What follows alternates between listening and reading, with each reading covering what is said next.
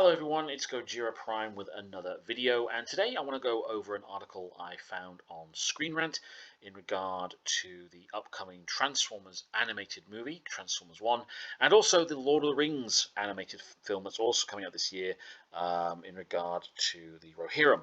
But first of all, as always, I do have a Facebook page, Gojira Prime, where I do post images of the figures in my collection, links to any videos I do, and anything else I do find of interest. So if you do have the time, please do find the page, hit the like, hit subscribe, and do feel free to comment on anything I do post. So on to this article from Screen Rant, titled Lord of the Rings and Transformers are both attempting the same franchise first in 2024. I think this article is proof to a certain degree that the people who write these articles, in this case a Mr. Cooper Hood, don't actually know a whole lot about what they're writing about. So we'll just run through this article.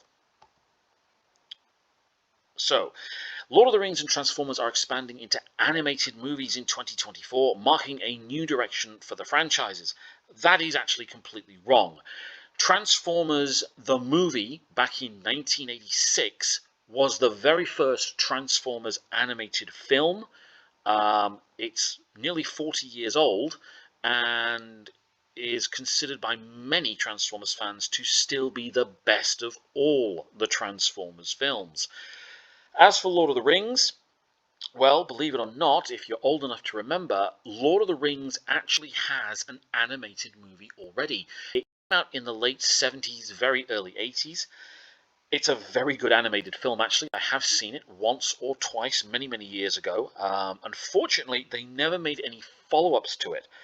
I believe the film covers the bulk of the first book, The Fellowship of the Ring, and then delves a little bit into The Two Towers.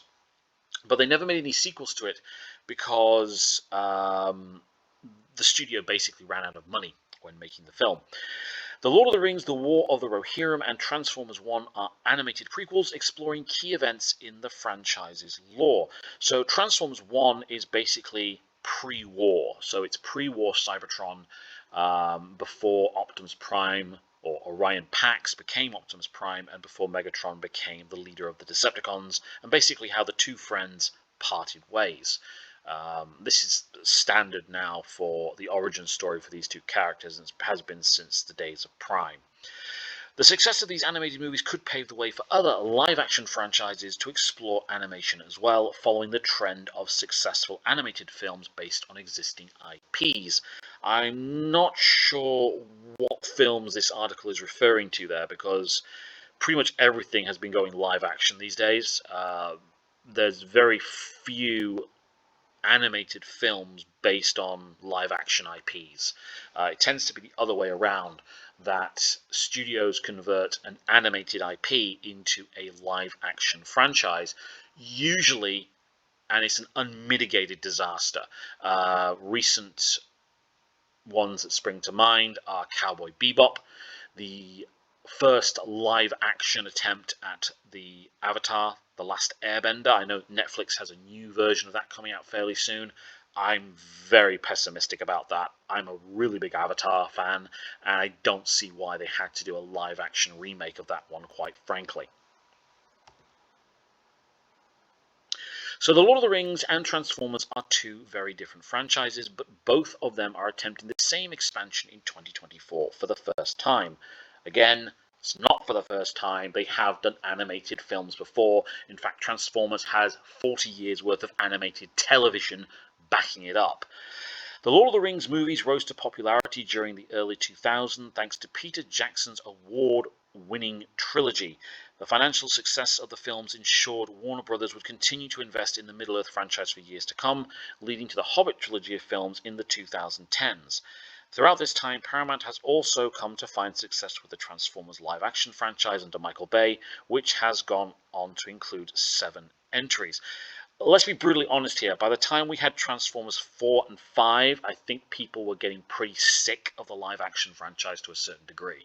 Bumblebee was a marked improvement over films 4 and 5, and Rise of the Beasts I thought was actually a very good sequel to Bumblebee as well. The overall success that Lord of the Rings and Transformers movies experienced means both properties left a huge mark on pop culture and continue to do so to this day. Look, Lord of the Rings is the definitive, and I do mean the definitive, fantasy adventure novel series. It is Genesis. Tolkien created everything you see these days in regard to elves, dwarves, orcs, all of that kind of stuff started with Lord of the Rings. Everything. Dungeons and Dragons, Hero Quest, you name it, that's where it comes from. The most recent Transformers movie came out in 2023 with Rise of the Beasts, while Lord of the Rings has been absent from the big screen for a decade.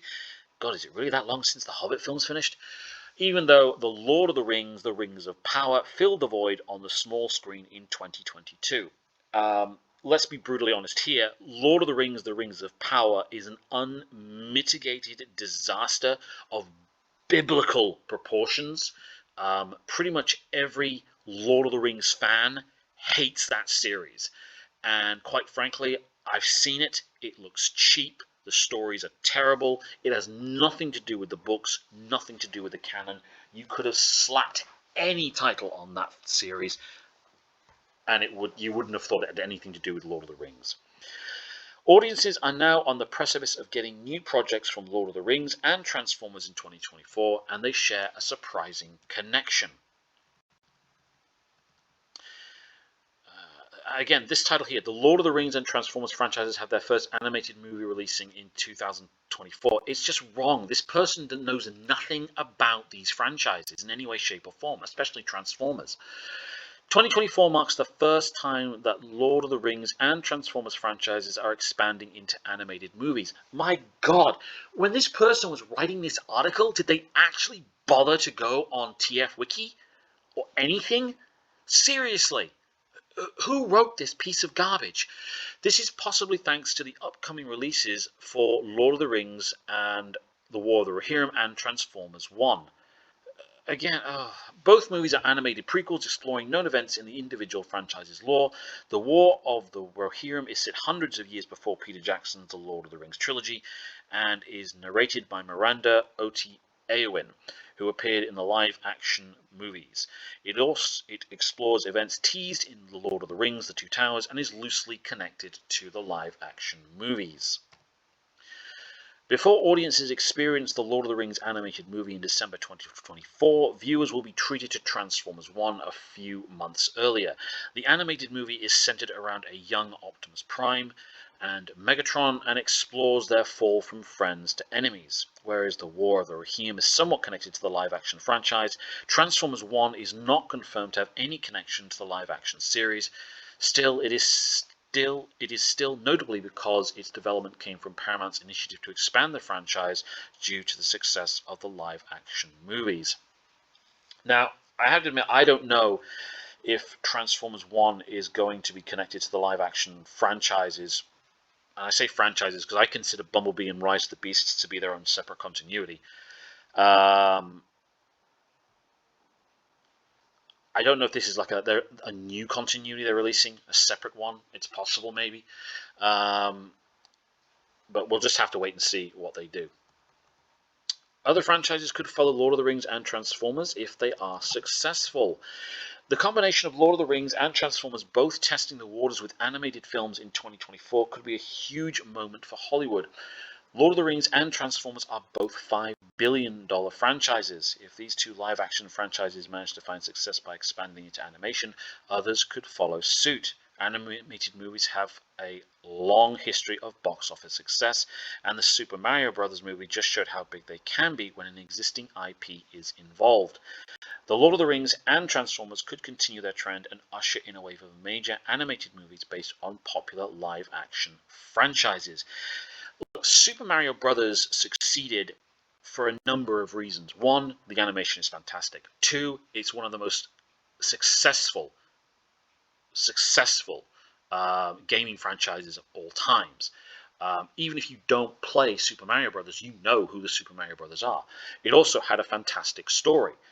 It wasn't full of woke garbage, which a lot of things from Hollywood these days tend to be.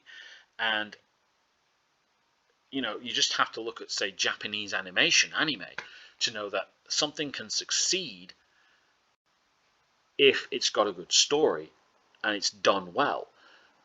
Godzilla Minus One was made for less than 15 million US dollars. It's made over what, 75, 80 million back at the box office. It's a massive commercial success. But again, the person writing this article, Mr. Cooper Hood, doesn't know jack squat about the Transformers franchise. I think he's probably limiting himself to only the movies. Transformers has been around for 40 years. It's got numerous animated TV shows behind it. And in Japan, they actually released some of these as movies in theaters, I believe, especially in regard to the Beast Wars era. And like I said before, Lord of the Rings does have a animated film behind it already. So this person does not know anything about the franchises. They've clearly not bothered to do their research. This is not groundbreaking for either of these franchises. They've both been Lord of the Rings has delved into this once before. Transformers has been delving into this for 40 years, for crying out loud. Anyway, I'm interested in seeing these films. I am genuinely interested in seeing War of the Rohirrim. Like I say, I love the original Lord of the Rings trilogy. I really enjoyed the Hobbit films as well. I'm a big Transformers fan. I'm interested to see what this new Transformers 1 will look like, will sound like, and how they will handle it. It certainly can't be any worse than anything we've had recently from Hasbro in regard to this franchise. But let me know in the comment section, are you going to be going to see these films? Are you looking forward to them, or do they mean absolutely nothing to you? Thank you for taking the time to watch this video, and have a very good day.